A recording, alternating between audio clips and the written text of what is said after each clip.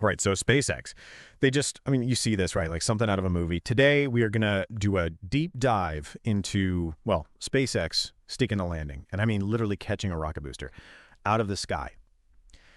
We got this news article here, right? And it details how, after 4 tries, SpaceX finally stuck this landing with their Starship rocket. Now, they made it look, kind of easy peasy, but trust me, this was not simple. 5 tries to get it right, the first 4. Let's just say the ocean ended up with some unintended souvenirs, but this 5th time, success, big time. And you could just hear it, like the engineers, the excitement when that rocket touched down. In fact, just listen to this.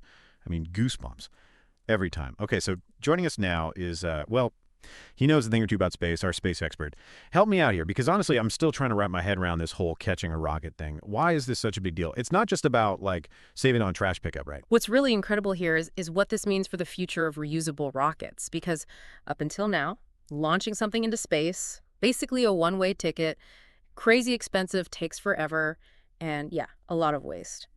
SpaceX is, well, they're changing the rules of the game here. Okay, I'm intrigued. Keep going. Think about it this way. What if every time you flew somewhere, they just, I don't know, tossed the airplane out afterwards? Gone. That's basically how space travel has worked so far. But SpaceX, they're aiming to make spaceflight more like, well, regular air travel. Use the same vehicles again and again. Make space exploration, well, cheaper, obviously, and also way more efficient.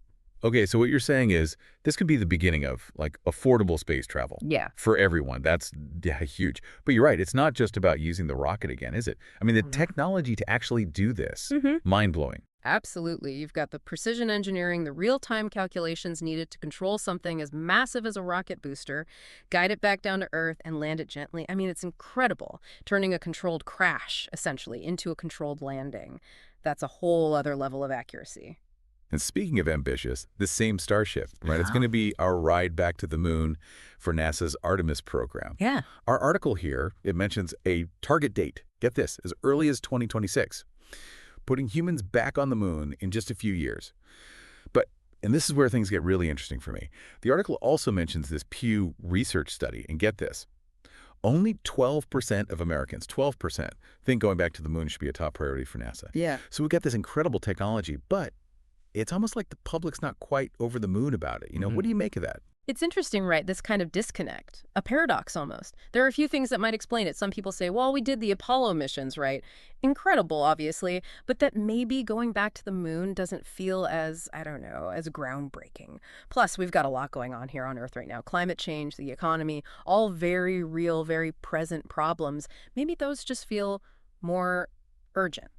So maybe for some people, space exploration seems, I don't know, a little optional. Like, it's cool, but not exactly essential to our lives right now. Yeah, exactly. And that leads to a bigger question. How do we bridge that gap? How do we make space exploration feel, well, relevant to everyone? It's a great question. And on that note, listeners, we turn the question to you. What would get you excited about space? What needs to happen to make missions to the moon, to Mars, to anywhere out there feel important? Yeah. Connected to your life here on Earth? Tell us. Find us on social media. Let's keep this conversation going. And until next time, keep looking up.